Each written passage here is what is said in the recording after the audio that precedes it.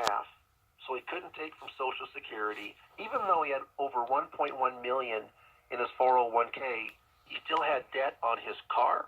He still had debt on his house. Not a lot, but he still had some debt, and he virtually had no outside money. So he had a lot of money, but it all was within his 401k. And of course, when you take money out of a traditional 401k, it is taxable. Yep, absolutely. Okay, so what happened is that I look at him, I said, hey, I'd love to go in and work with you, and I certainly will if I can, but my advice to you, still working, my advice to you, if you want to just ensure that you're not going to run out of money, I would work until you're 62.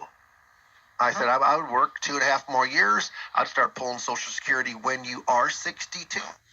And then, you know what? You'll be putting more into, and what's about that is, that was in 2000.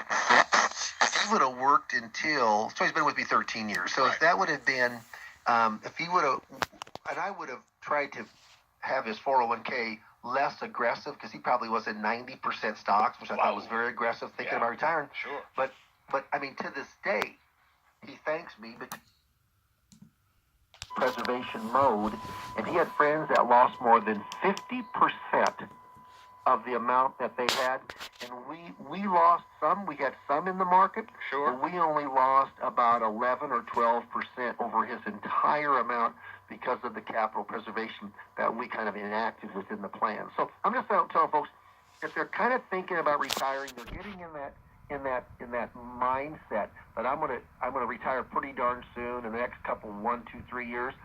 I'd love for you to come in and for us to sit down.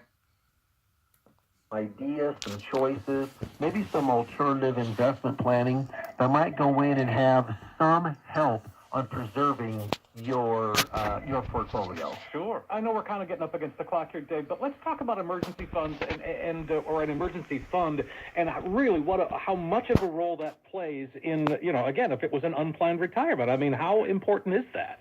Yeah, you need to look at what your living expenses are. So we always say, if you have 3 months or to 6 months. I mean, you hear some people say you need up to a year. I think that's too much personally. Okay. But say your living expenses are $4,000 a month. Yep. Okay, $4,000 a month. At 3 months, it'd be $12,000. Mm-hmm. Okay. At 6 months, it'd be $24,000. So if somebody comes on in and they've got $8,000, I mean, what I would rather see is them build up that cash reserves, because having a cash backdrop, that you can take the money out instantly, no penalty. There's no cost going in with the bank, money market or savings account, checking account. I think that money's very, very important. Now, I just talked to a gal with her husband and her, and they, even though they've been married for a long, long time, they both kind of have the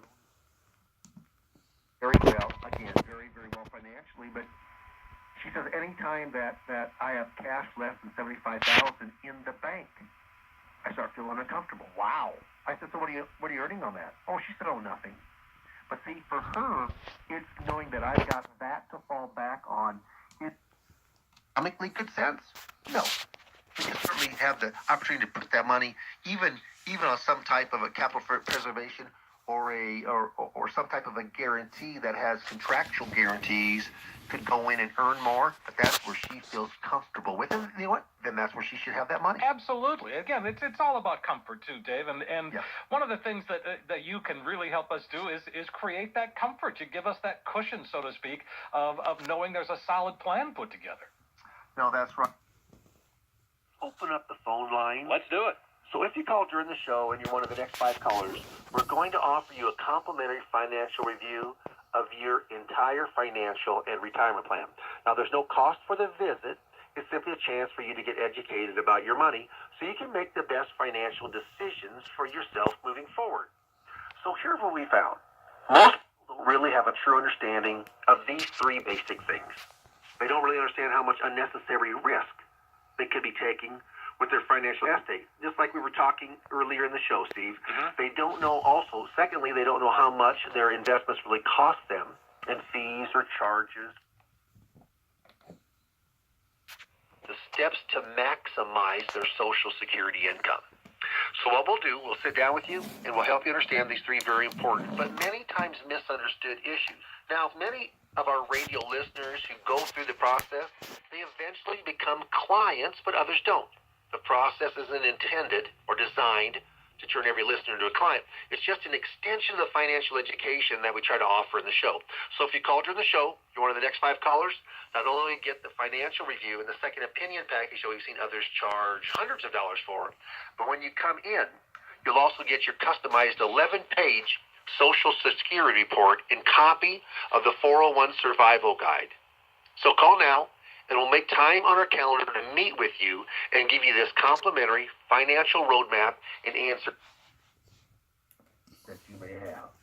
Well, that sounds great, Dave. Here it is, folks. It's a chance to come on in, sit down, and put together that financial roadmap. Maybe it's something you've been meaning to do. Maybe it's time for a second opinion.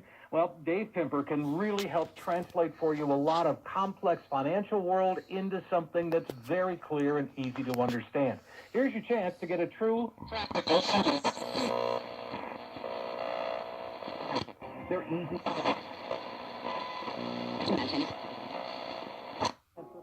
But he's a part of me, like my arms and legs, so I'll be his. No time for tired.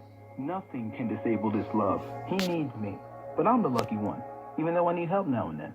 If you're caring for a loved one, visit aarp.org/caregiving for care guides and community. Support for your strength. Brought to you by AARP and the Ad Council. You're not wired to have a response to this sound. What would happen if you believed the God of the Bible is the God of the how much more, and that he was for you, and that he loved you, and that instead of what you ought to say, or how long you say it, or what body position you're in, or whether you do it at morning, noon, or night, or what you read or don't read, if your heart began to be attuned, that he would just love to be with you.